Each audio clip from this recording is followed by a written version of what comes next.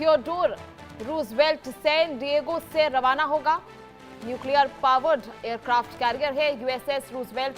20 से 25 जंगी जहाज सबमरीन भी साथ जाएंगे रूजवेल्ट, जहां सेंटकॉम क्षेत्र में ये सभी तैनात किए जाएंगे। यूएसएस जॉर्ज वॉशिंगटन की जगह लेगा रूजवेल्ट, जहां अरब सागर में अमेरिका ने तैनाती बढ़ा दी है। ईरान की सख्त नाकाबंदी की तैयारी भी तेज। ऐसे में लगातार नाकाबंदी के और पुख्ता इंतजाम अमेरिका द्वारा किए जा रहे हैं। तो क्या ईरान पर फिर से बड़े हमले की तैयारी कर रहा है अमेरिका? ये सवाल इसलिए क्योंकि ट्रंप ने अमेरिकी नौसेना के एक और nuclear power aircraft carrier USS Theodore Roosevelt को हॉर्मुज की खाड़ी के पास भेजने के आदेश दे दिए हैं। अमेरिका का परमाणु विमान वाहक पोत यूएसएस थियोडोर रूजवेल्ट आने वाले हफ्तों में सैन डिएगो से रवाना होगा। उसके साथ कैरियर स्ट्राइक ग्रुप भी होगा, जिसमें 20 से 25 जंगी जहाज और सबमरीन शामिल होंगे।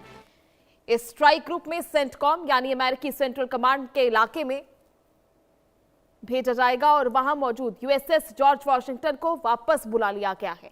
अमेरिकी नौसेना के मुताबिक यूएसएस थियोडोर रूजवेल्ट का मिशन 7 महीने से ज्यादा लंबे हो सकते हैं, जहां दरअसल ईरान की नाकेबंदी के ऐलान के बाद से अमेरिकी नौसेना ने अरब सागर, ओमान सागर और अदन की खाड़ी में अपनी तैनाती बढ़ा दी है। तो ऐसे में यूएसएस जॉर्ज वॉशिंगटन पिछले हफ्ते ही मध्य पूर्व पहुंचा और इसने यूएसएस अब्राहम लिंकन की जगह ली। लिंकन करीब 7 महीने मध्य पूर्व में तैनात रहने के बाद अब हिंदू महासागर की ओर लौट चुका है। यूएसएस अब्राहम लिंकन की तैनाती अमेरिकी नौसेना के लिए बेहद कठिन रही। चलिए वही ज्यादा जानकारी के लिए हमारे साथ विंग कमांडर आलोक शाह सहाय इस वक्त जुड़ गए हैं।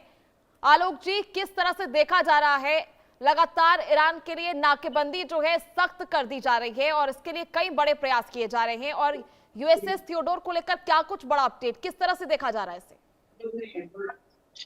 जी नमस्कार। देखिए, ये जो रूजवेल्ट वहां भेजा जा रहा है, ये जो इनका एयरक्राफ्ट कैरियर है, वो संभवतः वहां पर जॉर्ज वॉशिंगटन जो गया था, रिप्लेस किया था, जिसने अब्राहम लिंकन को। बात ये की जा रही है कि वो उसको रिप्लेस करने के लिए जा रहा है, लेकिन वो अगर इतनी जल्दी क्यों जॉर्ज वॉशिंगटन को रिप्लेस करने की जरूरत आ गई है रूजवेल्ट से, ये बात समझ में नहीं आती है। दूसरी तरफ आप देखिए कि उस क्षेत्र में काफी गतिविधियां तेजी से इधर बदली हैं। अभी एक सीक्रेट विजिट किया है सीआईए के डायरेक्टर रैटक्लिफ ने अमेरिका मॉस्को का। उसके अंदर कुछ गुप्त मंत्रणा हुई है और इस तरह से फिर शिप्स के एक बड़े बेड़े को ईरान की तरफ भेजना, और कुछ और भी छन छन के खबरें आ रही हैं कि अमेरिका जो है वो नई तरह का हथियारों का प्रशिक्षण कर रहा है और उस क्षेत्र में डिप्लॉयमेंट कर रहा है, जिसमें कि एक रोबोटिक एंड्स की भी बात आ रही है। बहुत छोटे छोटे रोबोटिक्स आर्म्स जो है उसका परीक्षण कर करके वहां पर डिप्लॉयमेंट की बात सोची जा रही है।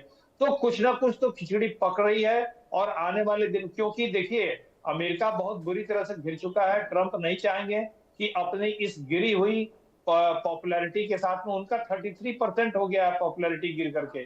तो ऐसे स्थिति में ईरान में कुछ भी हासिल न कर पाना, पॉपुलैरिटी गिर जाना, तेल के दाम इतने विश्व में बढ़ गए, अमेरिका की चारों बगल से आलोचना हो रही है कि आपने ईरान युद्ध में हासिल कुछ भी नहीं किया।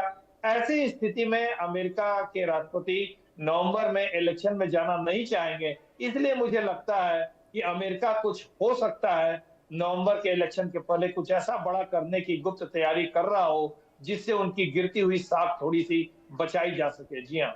ठीक है आलोक जी, क्या इसे कहा जा सकता है कि कोई बड़ा खुफिया प्लान जो अमेरिका बनाने का प्रयास कर रहा था और ये पूरी तरह से लीक हो गया है, और क्योंकि बहुत जल्दी रिप्लेस किया गया है, तो क्या आशंका जताई जा सकती है कि कोई बड़ा एक्शन जो है अमेरिका ले सकता है? और क्या बहुत ज्यादा परेशानी आ रही थी कि रिप्लेसमेंट करना पड़ा इतनी जल्दी? नहीं अर्पिता जी, देखिए रिप्लेसमेंट क्यों इतना जल्दी हो रहा है इसकी खबर अभी तक नहीं आई है, लेकिन ये बात किसी को पच नहीं रही है कि जब अभी हाल ही में गया था जॉर्ज वॉशिंगटन, और उसको आप इतनी जल्दी रिप्लेसमेंट क्यों कर रहे हो, क्योंकि इतने बड़े कैरियर को भेजने में भी खर्च होता है, वहां डिप्लॉयमेंट में खर्च होता है, फिर उनसे वापसी में भी खर्च होता है। तो मुझे तो लगता है कि ये रिप्लेसमेंट वाली बात गलत है और अमेरिका हो सकता है उस क्षेत्र में कुछ बड़ी तैयारी कर रहा हो, क्योंकि ईरान की भी तैयारियां गुप्त रूप से तेज हो चुकी हैं। अमेरिका नहीं चाहेगा कि ईरान जो है वो अपना प्रभुत्व फिर उस क्षेत्र में जमा ले। स्ट्रेट ऑफ हॉर्मुज में अभी भी इस संशय की स्थिति बनी हुई है, जहाजों की आवाजाही रुक गई है, तेल के दाम बढ़ रहे हैं, 90 से ऊपर डॉलर से पहुंच चुका है। तो ऐसे में अमेरिका को कुछ न कुछ करना पड़ेगा इस स्थिति से निपटने के लिए, नहीं तो अमेरिका की साख और भी ज्यादा गिरेगी। तो हो सकता है अमेरिका कुछ गुप्त तैयारी कर रहा हो, और वो गुप्त तैयारी ये हो सकता है कि वहां जो यूरेनियम है, उस यूरेनियम को गुप्त तरीके से कमांडो एक्शन कर करके, ग्राउंड ऑपरेशन के द्वारा हथिया करके लाने की एक गुप्त योजना अमेरिका ने पहले बनाई थी। कहीं उसको भी अमली जामा पहनाने की बात तो नहीं अमेरिका सोच रहा है। ये सब अब आने वाला समय ही बता पाएगा। जी अर्पिता जी। ठीक है आलोक जी, देखिए ऐसे में यूएसएस थियोडोर को लेकर जो है लगातार कई बड़े दावे किए जा रहे हैं। किस तरह से, क्या मजबूत शक्तियां हैं इसकी, क्या खास शक्तियां इसकी, क्या प्रमुखता है इसकी?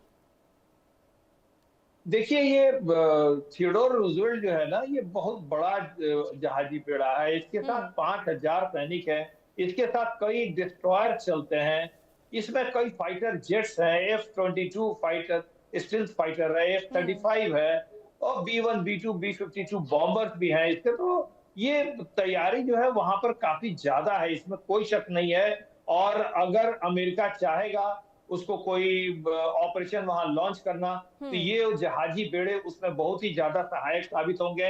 हालांकि खतरा ये भी है अर्पिता जी कि ईरान के पास ऐसे सक्षम मिसाइल हैं कि इन जहाजी बेड़ों पर वो आक्रमण कर सकता है। एक गुप्त सूचना ये भी आई थी कि जॉर्ज वाशिंगटन पर ईरानी मिसाइल के आक्रमण की खतरा है। तो ऐसे में हो सकता है अमेरिका ये सोच रहा हो कि वो थोड़े से और मोबिलाइजेशन वहां करे और 2 के बदले 3 एयरक्राफ्ट कैरियर वहां पोजीशन किए जाए, क्योंकि अगर युद्ध की स्थिति बनती है और एक एयरक्राफ्ट कैरियर किसी भी कारण से इमोबिलाइज हो जाता है, तो वैसे में अमेरिका के जो मोबिलाइज फोर्सेस है वो कमजोर न पड़े। जी हाँ, ये भी हो सकती है बात। ठीक है आलोक जी, चलिए बहुत बहुत शुक्रिया आपका जुड़ने के लिए और तमाम जानकारी साझा करने के लिए। चलिए खबरों में आगे बढ़ेंगे, रुक करेंगे इस वक्त की बड़ी खबर, जहां नोएडा